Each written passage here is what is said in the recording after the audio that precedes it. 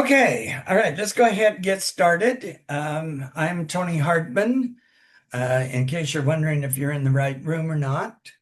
And I am going to be doing a workshop on storytelling structure. Now, I'm going to let you know in advance, this is very different. Um, this is a very different type of storytelling structure than you are probably used to or have heard of. Um, I happened to learn this, oh heavens, um, probably 17 years ago. And I was like, whoa, that completely changes my outlook on the structure of stories that I both write and tell. And I have found out, though, that even though this structure was unique in the sense of somebody saying this is the structure that you should use while you are telling stories or writing stories, I found out that I was not that unfamiliar with it. And listening to stories all my life, I started hearing stories that I'd heard over and over, and I was going, oh, okay, this is this part of the structure. And then I found out as I was developing stories that I had subconsciously put these principles into the story. And because once I learned this, I thought I need to go back and I need to restructure some of my stories. And then I was like, oh, I've already done that. So I think once you become familiar with this, it will become subconscious to you, and you will start to incorporate that automatically in the stories that you tell and in the stories that you write. Now, before I get into the basic components, what I'd like to do is have each of you briefly, remember, we only have an hour. So I want you to be thinking of a story that you would like to tell but have not yet developed. And it can be any type of story. It doesn't matter what type of story it is, because the whole idea behind this structure is that even though it is commonly used or traditionally used in fairy tales, it can be used in any type of story, whether it's a personal story, a ghost story, a liar's tale, a historical story, whatever. Okay. You can actually take this structure and put it into the type of story that you want to tell, regardless of what the genre is. And it will make your story flow much easier and much better. And the listener will be able to respond to it better and will be able to appreciate the chain of events as the story unfolds. So I want each of you to just briefly tell me a story that you were thinking of developing and what type of story it is. Okay, so if everybody could unmute themselves so that we can do this, and to make sure I don't miss anybody, I'm going to call on everybody. Okay, so Deb, we'll start with you. Deborah? Uh, yeah, I want to tell a story about how my mother, who adored fairy tales, and found out when she was 5 that her mother was her stepmother. And she decided that the only way that she could be a stepmother would be if she came home from school and her mother wasn't there. And so she rushed home from school Okay, every I don't want to day. hear the whole story. Oh, sorry. Just, just, Yeah, just a brief synopsis. gotcha. Okay. All right. So Tweed, let's go with you next. Well, I'm kind of a historian in a way, well, more than in a way, but besides that, I'd like to recount the story of what happened when they removed Stephen F. Austin's body from the grave at Peach Point in the procession and all the events that took place leading up to his final interment at the Texas State Cemetery. Okay. All right. Stephanie. My grandmother wanted to have a graduation party at the river. In order to have light, she lit the moss in the trees so they could party all night. Okay. All right. Dennis. Uh, yes. I think the story I'm thinking of is how to make $1 million in the ranching business. Okay. Okay, let me see. All right. Mary Davis. I wanted to tell a story about how when I lived in Colorado. There's Michael. What? Yep. Can you hear me? Michael, when you leave the room, you have to make me the host. I'm the co-host, but you can't leave with making me the host. Yes, Michael, you threw me out. It's okay. So sorry. So sorry. All right.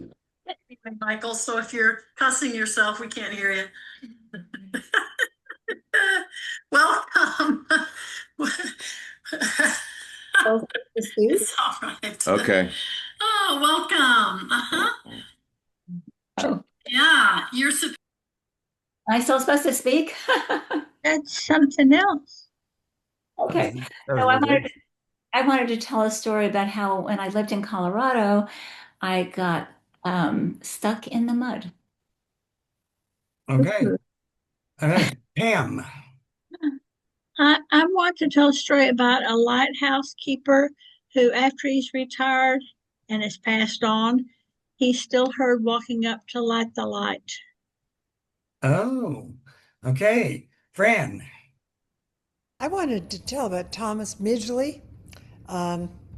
He was an inventor and he did things that seemed like a good idea at the time, such as inventing leaded gasoline and Freon.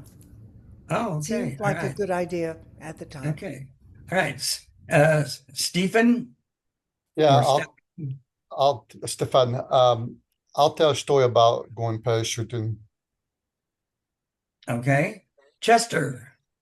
Historical story about a town, I believe in Nebraska, a railroad stop in World War II, who sort of adopted troops passing through, in particular, a kid who became a backflipper for money. Okay. Margot.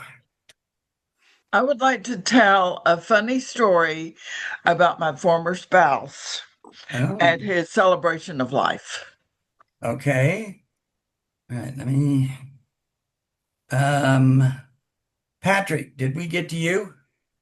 I'm sorry, I signed in late and I didn't. Can we tell a story about anything, or is there a specific premise Basically, it's just a story that you want to develop to tell, but just very briefly, not like the whole plot or anything, but just like I want to tell a ghost story about or something, or I want to. Okay. Okay, thank you. Is it my turn? Yeah. Okay. Yes. All right. Okay, I Sally. want to tell a story about the time it was my goat. Oh, okay. Very good. Sally.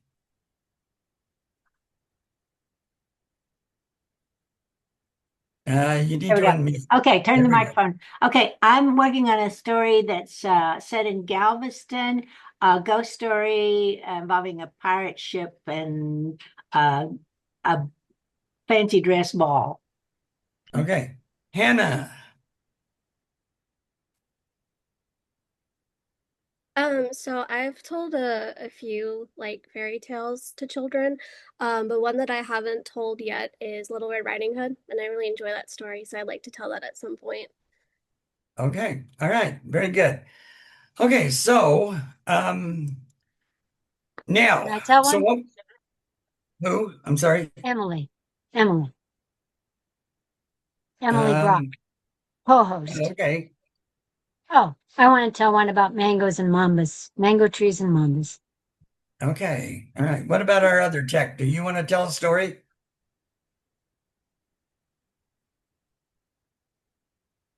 No? Yeah. I'm guessing not. So, yeah. Okay. Can you hear me? Yes. Yes. Yes. So I want to tell a story about what happens when a woman keeps the things bottled up. Oh, okay. All right. Very good. Okay. All right. Now, when you look at a fairy tale, which is the most common type of story that most of us are familiar with, okay, even though we may not be great book readers or anything like that, somewhere or other, somebody has been exposed to a fairy tale or a folk tale. And this is traditionally where this format is used.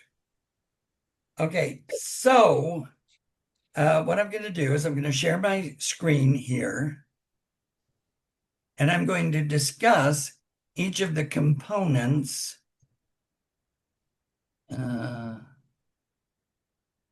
that is there. And what we'll do is we'll discuss them one at a time. Now, most stories begin, most fairy tales or folk tales begin once upon a time, or an alternate beginning that establishes the setting of the story. The idea of this component is to establish the setting or premise of the story that is to happen. For fairy tales, the traditional beginning is once upon a time, but this wording is to simply suggest the idea or component that should be changed to be more fitting with the type of story being told. Okay? All right, so I'm going to stop sharing for a minute. All right, now, so the first part of your story that you need to do, and if all of you have pencils and papers, this is where you bring them out. Now, I'm not going to send you into breakout sessions, but what I want you to do is be writing or at least thinking, and we're going to come up with an outline of the story that you were thinking about. Okay, so now, for example, if I were to tell a historical story, I would not say, once upon a time, there was a young man named George Washington. Okay, that's completely inappropriate to a historical story. If I was to tell a ghost story, I would not say, once upon a time, there was a school teacher named Ichabod Crane. Okay, the only time I would use once upon a time is if I were telling a fairy tale or something similar to a fairy tale. All right. So for the type of story that I'm going to tell, I want to come up with the wording that sets the mood for the story and establishes the setting of it. Now, in Cinderella, that once upon a time was there lived this young girl named Cinderella. Her mother had passed away, her father remarried, and she was living with her father and her stepmother. Okay, so that's the setting. That's how everything was before the action starts to happen, before we have a turning point in the story itself. Okay, and actually, the once upon a time could be there was a young woman named Cinderella who lived with her father. Her mother died when she was very young. Okay, that's basically the setting of the story. All right, so now I'm going to go back to share. Okay, and here we go. Okay, every day. So this is the norm. Okay, so every day, this is what happened. Now, Cinderella is kind of a little bit iffy because the catalyst part of the action could be when the father dies. Okay, but I think every day is Cinderella lived with her father, her stepmother, and her two stepsisters. Okay, so that's the establishment of the setting. All right, then, but one day, this is the catalyst that starts the chain of events of the story. This becomes the turning point of the story because everything is this way, and then all of a sudden it becomes this. Okay, so, but one day the father died, and the stepmother took control. And she forced Cinderella to become a maid in her own home. Okay, that's the but one day. All right, now, after that, okay, this is where the series of events occurs. And I'm trying to find the thing, and it's not allowing me to advance this. Oh, there we go. There we go. Okay. All right. Because of that, okay, that is the first event in the chain of events that makes up the story. This is the only component of the story that can be repeated, but ideally should not be used more than a total of 3 times.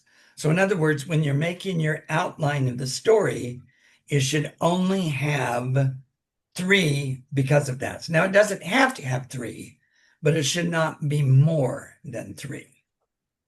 So basically, these are the series of events that leads to the climax of the story. Okay? Now, the reason that you have 3 is because that's the amount of patience that the listener has. They can handle 3 things before the climax. But if you start getting into a 4th one and a 5th one, they start to get restless and they're saying, okay, the story needs to be wrapped up. We need to bring this to a conclusion. All right. And basically, this has been ingrained in us because we have listened to these stories that has had this structure in them. Okay. So once that 3rd, because of that has happened, it's almost like it's a signal to our brain that says, okay, we're coming to the climax now, and we're going to wrap up the story. Now, I heard one storyteller, very, very good storyteller. He really was. He was an incredible storyteller. But one day he told a story, and I'm listening to it. I'm enjoying the story. And I go, oh, okay, that's the 3rd because of that. He should be getting to the climax. There was a 4th. Then there was a 5th. Then there was a 6th. Then there was a 7th. Then there was an 8th. He actually had 12 because of that before he came to the conclusion of the story. When he finally hit the conclusion of the story, I was ready to get up and walk out. And I watched other members of the audience, and I could see them all getting restless too. Okay, because he had exceeded that. Now, the story was a very good story, but to be perfectly honest, because I was so used to this structure, I was restless. I wanted it to end. I didn't care whether the rest of the story was good or not because I wanted it to end. And so that's what we need to be thinking about when we do this. And finally, what happened? This is the climax or the crowning point of the story. This brings about the resolution of the story, and it should be the dramatic highlight. Okay, now in Cinderella, the climax would be her and the prince got married. Okay, and finally what happened, usually in fairy tale, this is where they say, and everyone lived happily ever after. Now, some of you might be familiar with what is called a why story or a how story. I think in Spanish it's called a por qué story. Okay, it's basically an explanation story. This is why this has come to be. Okay, usually the end of the story, and finally what happened portion of the story is, and since then, the rabbits have had long ears, or since then, the giraffe has a long neck, or since then, mosquitoes buzz in people's ears, type of thing. So the end of the story is, because of all of this that happened and this change that was made, this is how things are today. Okay. All right. So now what I would like you to do is, and you don't have to do this on paper, but if you happen to have a notebook and paper, think about the story that you wanted to tell, and then write. And we're doing an outline. We're not writing the whole story. We're just coming up with the outline for the story that you want to tell. Okay, so think of the outline. Okay, think of the outline and then say, what is my setting? What time period? What place does this take place in? And be thinking of the wording that you want to use for that particular story. All right, now I will give you an example. For those of you who attended the Texas Storytelling Festival, you all heard me tell a ghost story. Okay. Now, I came up with the title of this because I did not want to give away what was happening in the story.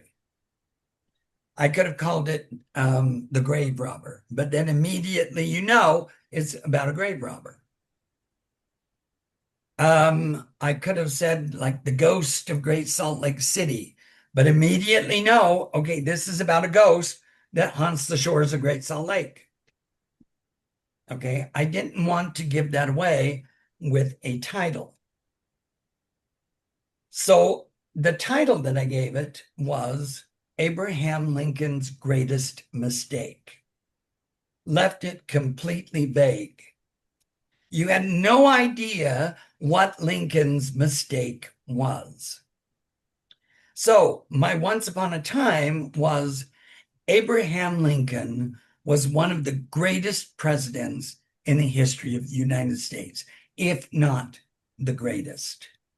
He was such a great president that his legacy in American history is secure.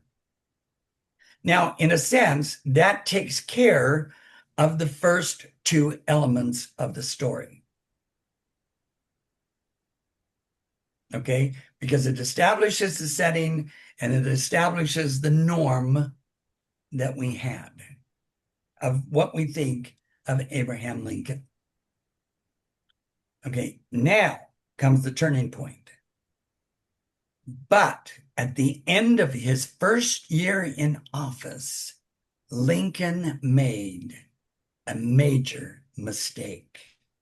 And it was because of the mistake that he made, it set off a chain of events which makes the story that I am about to tell.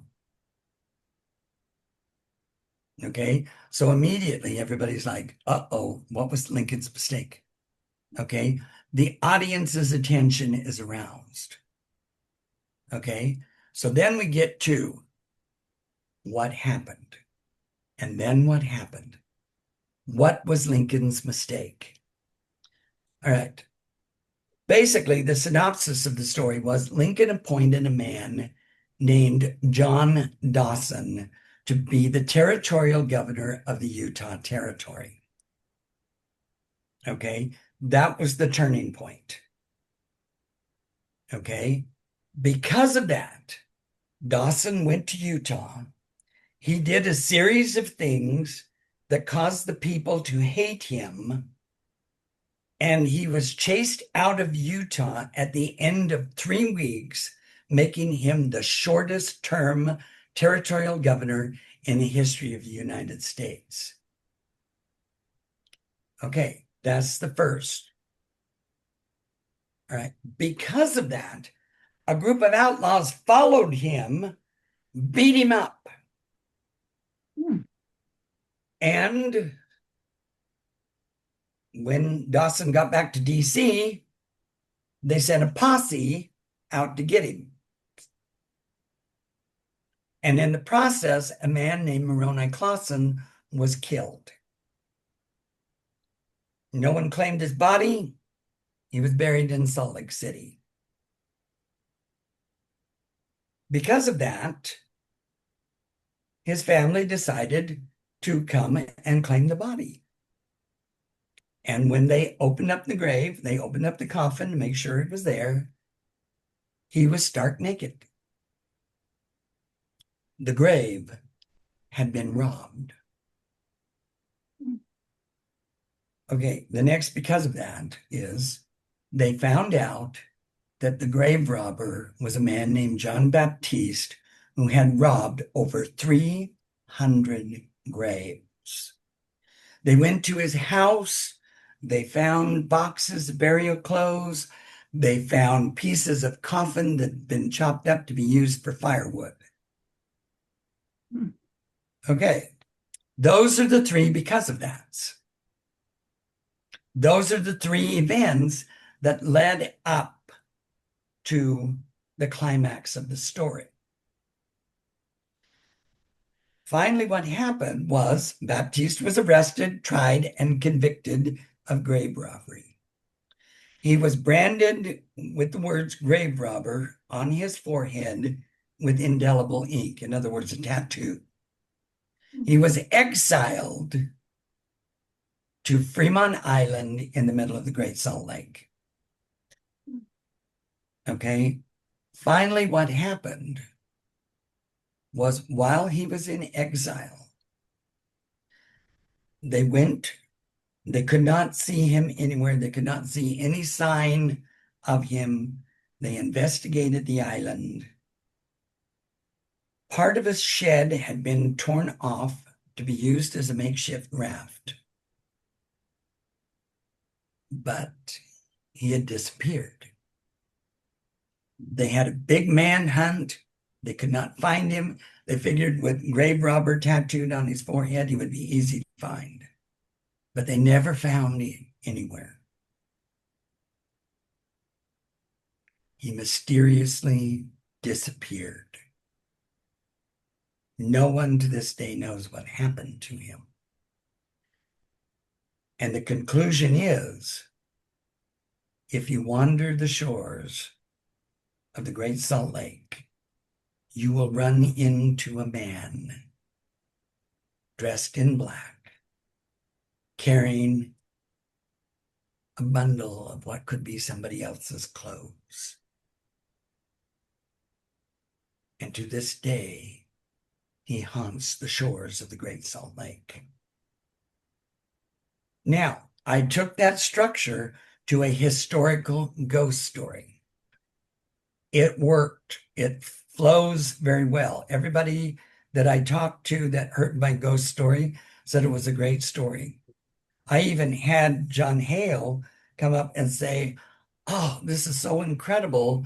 And he says, "This is giving me ideas for historical stories that I want to write or I want to tell," type of thing. So, but I realized, I mean, I had been telling the story of John Baptiste long, long before I found out about the storytelling structure. But I realized that when I was developing that story in my head, subconsciously, I put that structure in there and I was able to make the story flow better. And the audience could enjoy the story and follow the story much easier. Okay, now this is a historical ghost story. I have done this with several stories. I have done this with a liar contest entry that I did.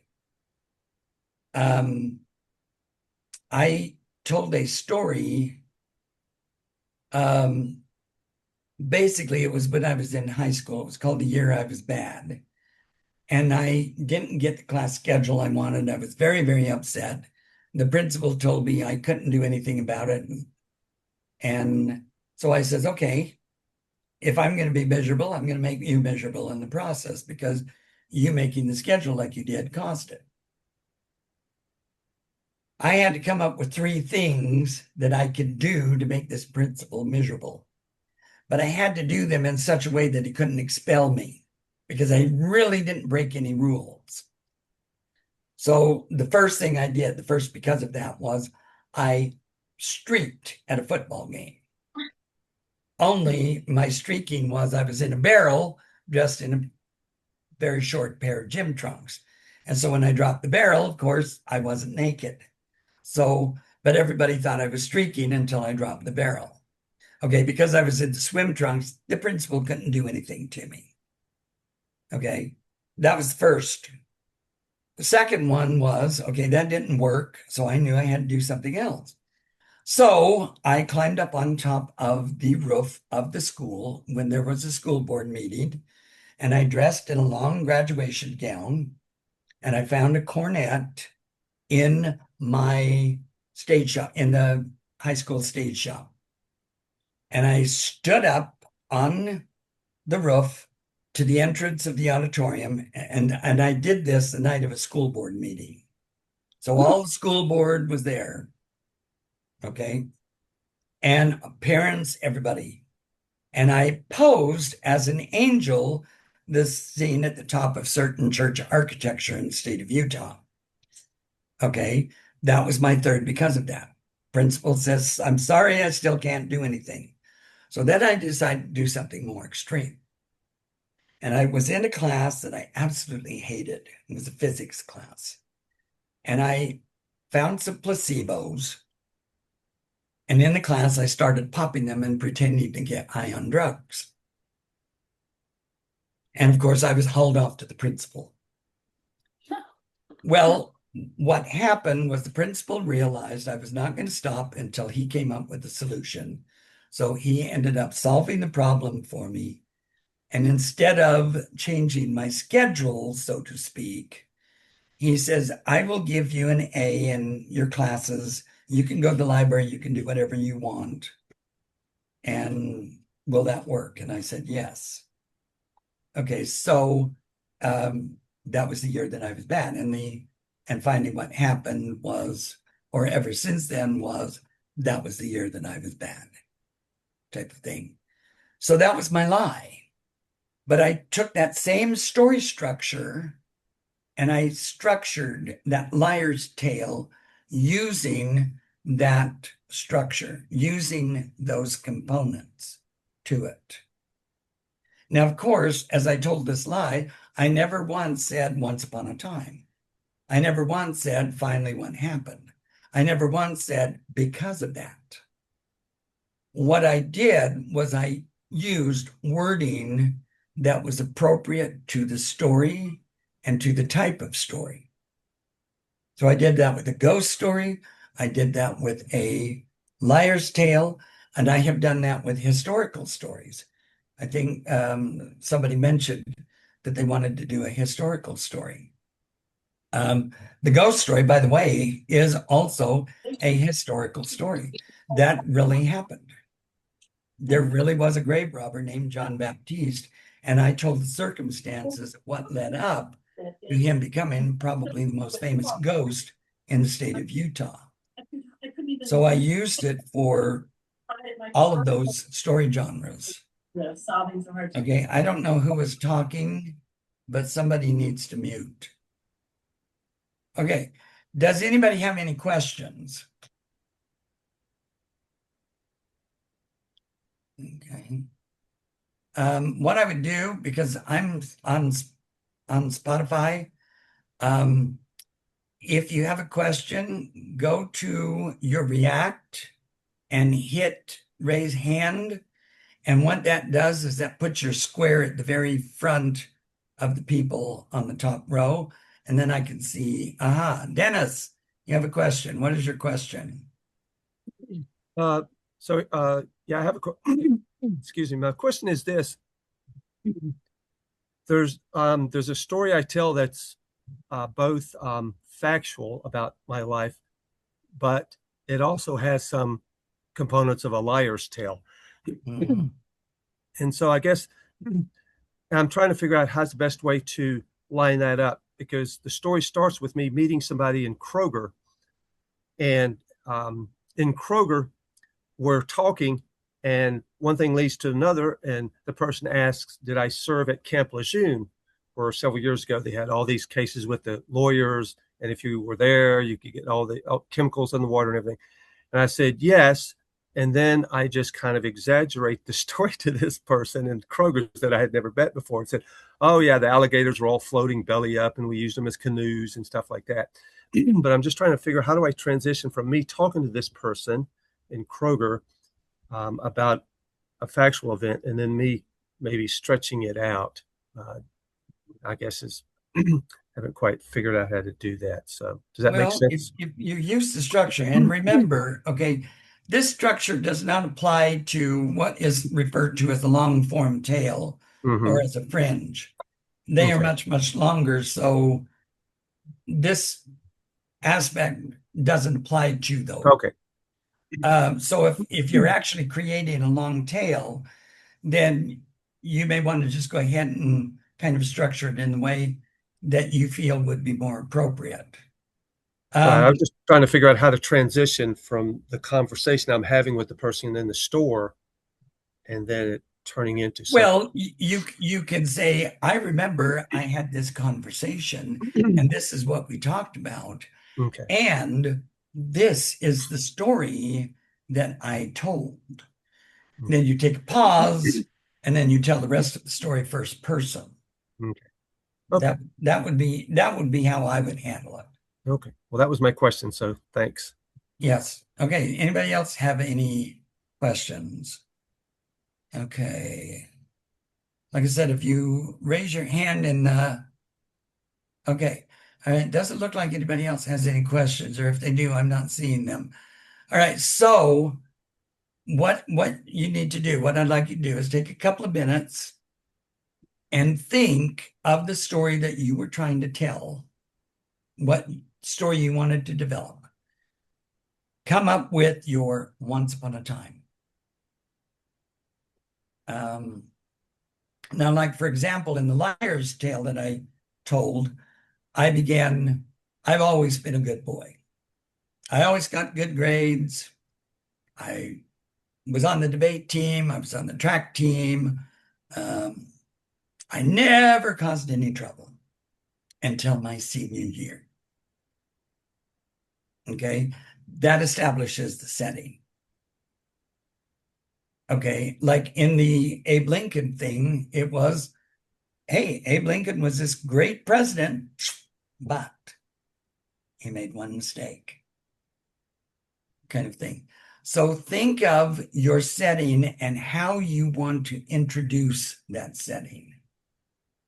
And remember, the beginning of your story is the thing that is going to capture the audience. That's where you get the audience's attention. That's where you get them hooked.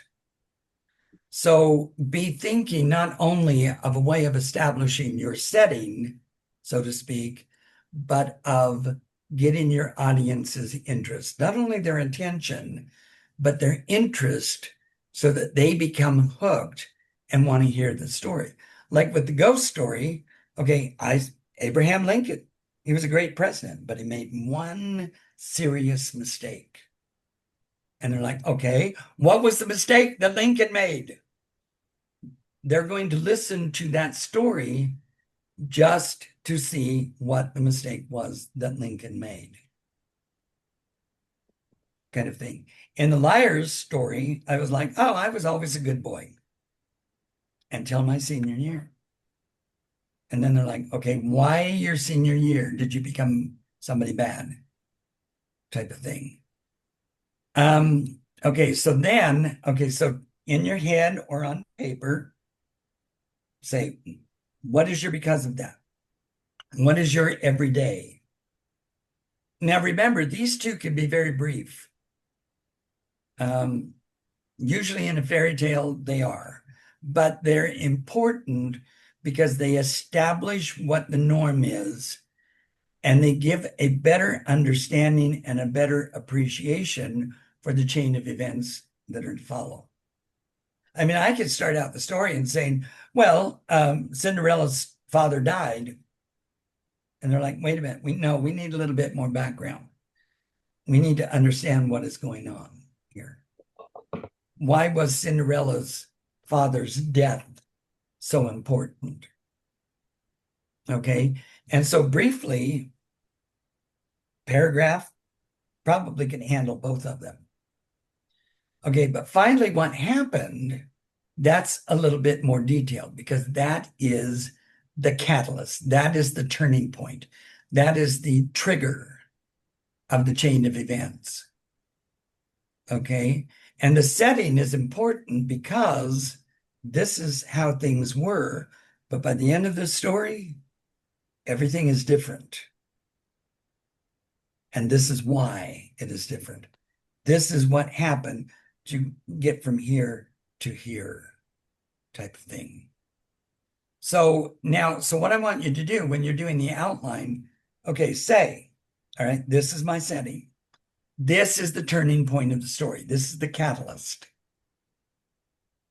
These are 1, 2, or 3 because of that. You don't have to have 3. You can have 1. It's okay if you have 1.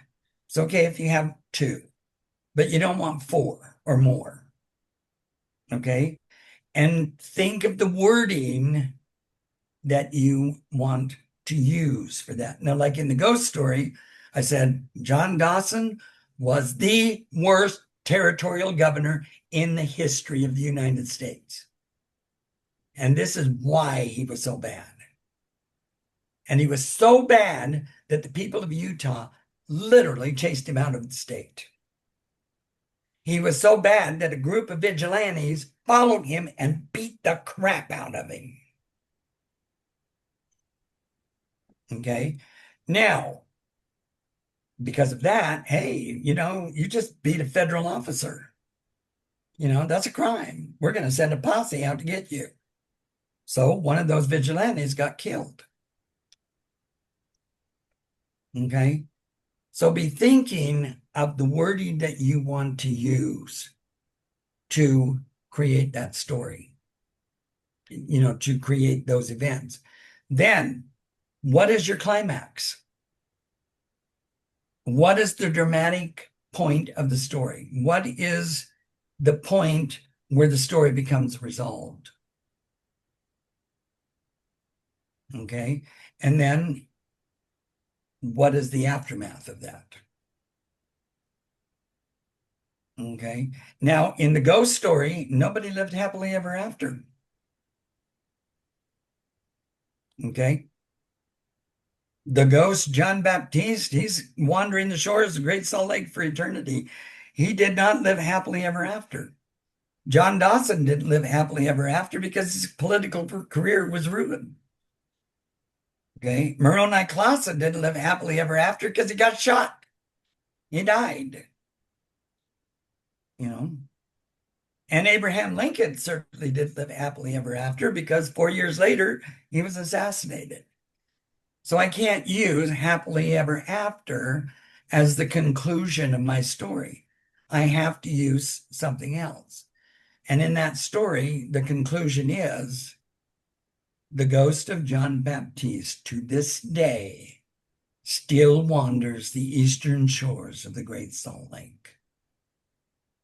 That's ever since then. Okay. All right. Anybody have any questions? I see we're getting close to the end. So anyway, if you, like I said, in your mind, think about it. Create the outline for the story and use the wording that you want. And I'm not saying you have to have the entire story written. This is kind of something you need to take and work on after you leave. Okay, but have that outline in your head. So then when you sit down and you tell your story or you write your story, you develop it, you can say, oh, I've already got some of the wording down that I want to use. Okay, I've already got the idea behind what it is that I want to tell. Okay, and I think whatever kind of story you use, with the exception of a long form tale or a fringe. And by the way, Dennis, I think what you were describing is more of a fringe. Sounds like it's more of a fringe, which is okay. That's fine. But think and Fringe you want sounds to more tell it. appropriate. Yeah, but you want to tell it in a language that is appropriate to that story. So, like if you're telling a liar's tale, it's got to be flamboyant, it's got to be big, it's got to be exaggerated. You've got a couple hands up. Okay. All right. I'm not. Me Okay. and Chester. All right. TSA beginner. That's me. What is your question? Oh, okay. I had written a kind of the beginning. It takes me a little while to write all these parts. I've got an outline, but the beginning, I didn't know if I could try out my beginning a little bit, my setting part. If you want to hear it. Or can you hear me? Yes. Okay. Oh, okay. So I was thinking of starting something like, it was the middle of winter. Oh, sorry. Mm-hmm. Yeah, that establishes. Okay. It was the middle of winter in June.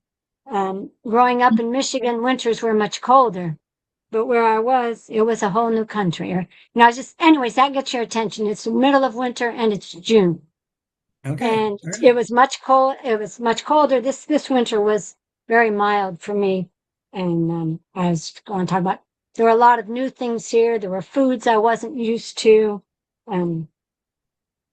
Yeah. Papaya, lychees, the gusha, and mango. And so then I would go from there. I just was thinking if that would catch it with just the middle of winter in June, and and then talk about that. Okay. Well, I'll let some others go there. I'm captivated because the fact that it's the middle of winter in June, I'm kind of like, okay, this sounds like a story I might be interested in. So, all right, good start. Chester. You're muted, Chester. Sorry about that. Just a repeat overview of the three things you were talking about because of being able to retain things. Could you just review that just briefly? Okay, the three things that can be repeated is the phrase because of that. And if you look in your folder, the copy of the document that I showed you is there in your folder. Okay. But it's like, okay, so once you have the catalyst, like this is what caused everything to change, then you can have up to 3 because of that. Okay. All right. But you use different wording. Okay. Thank you. Okay. Yes. Stephanie. So I'd like to share just the beginning of my story. So on the banks of the Nueces River, there are 100-year-old oak trees. In the years when there was rain, the Spanish moss often would grow to touch the ground. The year Sister Mamie graduated from high school, there was rain. Okay. All right. Good. Remember, not only does this hook your interest, but if you remember, some of the most famous books in history are famous because of their opening sentence. The classic example is Charles Dickens's A Tale of Two Cities. It was the best of times. It was the worst of times. Okay. Albert Camus' existentialist masterpiece, The Stranger. Mama died today, or was it yesterday? Okay. That's a very, very famous line in history. And even in nonfiction, it works because Isaac Dinesen, who is the pen name of Karen Blixen, started her famous memoir Out of Africa. I had a farm in Africa at the foot of the Ngong Hills in Nigeria. Okay, so that's what brings them in. That's the key. Okay, you need to have a powerful introduction and you need to have a powerful conclusion. Okay. So be thinking of the language that you can use to captivate your audience. Okay. And like I said, a ghost story, a ghost story has a certain mood to it. So you want to have language that expresses and captures that mood. A liar's tale has a certain mood to it.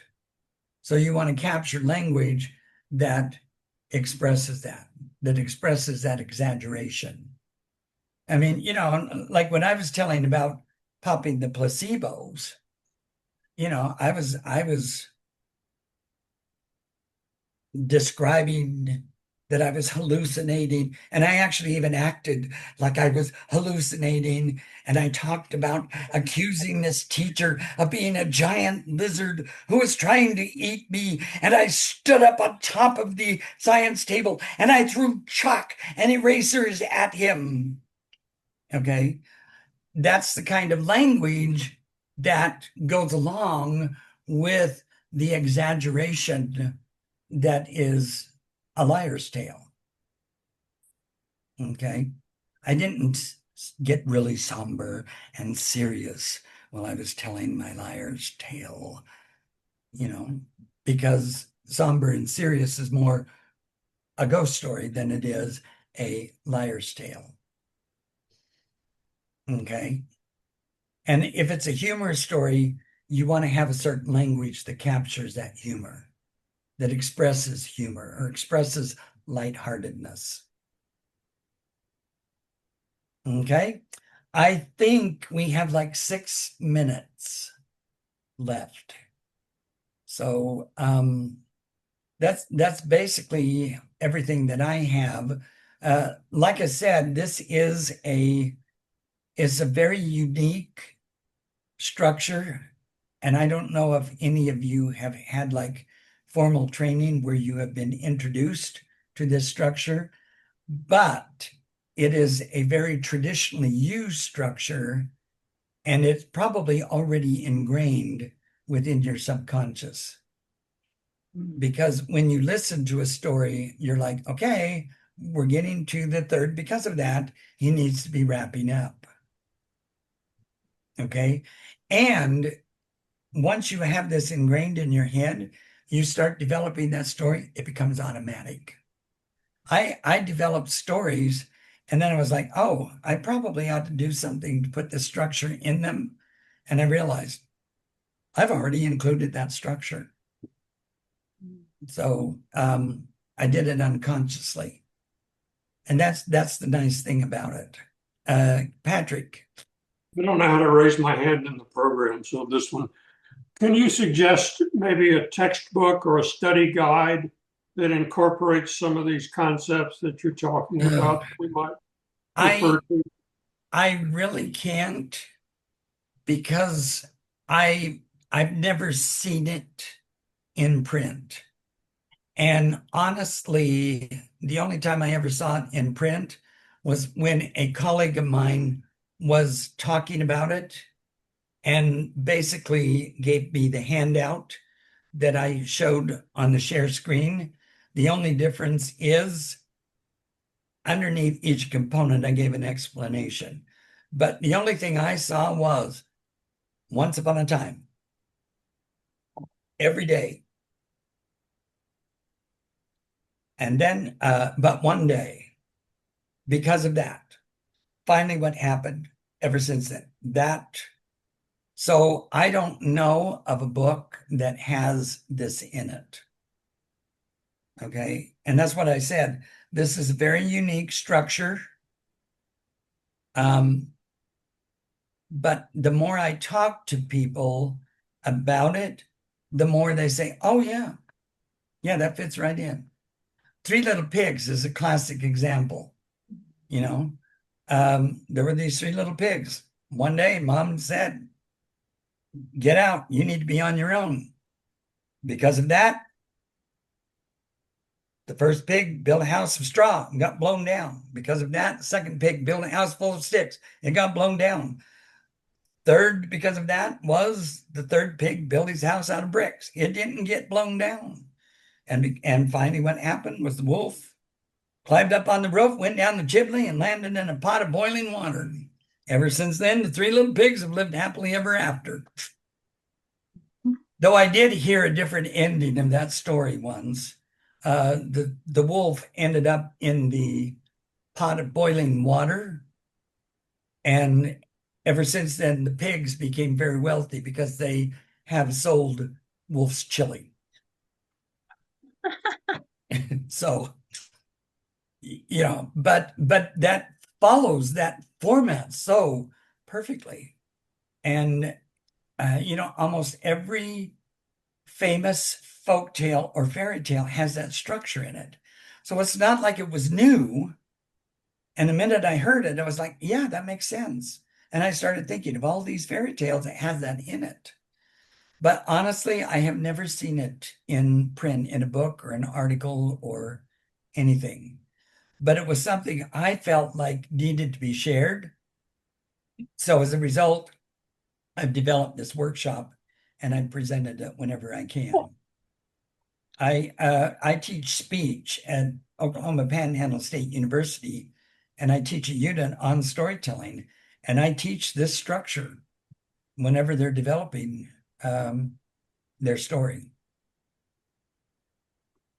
So I'm sorry, I can't give you. I'm not saying it doesn't exist in a book. I'm just saying I don't know of it if it does. Well, it's great to know about it so we can recognize it and look for it and Yeah. use it. So thank you. Mhm. You're welcome. We have 1 minute left, so thank you, everybody. If you go in your folder, if you are wanting to get credit for this, you can go in your folder and it has the little scan thing that you can take a picture of and answer the questions, and that way you get credit for it, if that's what you would like to do. If you have any questions, my email, I think, is in the program. It's in the folder as one of the documents. Please feel free to email me. I'll be happy to answer any questions I can. I'll be glad to help you in any way that I can. All right. Thank you very much. Thank you. Thank you. Thank you. Thank you, Tony, for the Very wonderful much. session. By the way, I am giving another workshop tomorrow on personal stories. So please Which tune level? in. See you there. Yes. Is that in the beginners again? Yes. It's the first one. Okay. And you're going to see a whole different aspect of me because in the morning I do not function. So it'll be amazing how I get through You won't be alone. it. I hope so. Usually the adrenaline will pump, but it'll wake me up. I guess I have to end this so that then next one can start. And actually, in that one, I am going to tell a personal story to give you an example of what it is. So you'll actually get to hear me tell a real authentic story. I plan on seeing you there. Thank you. Thank you. Mhm. Thank you. Thank you. Bye-bye. Have a good rest of the conference.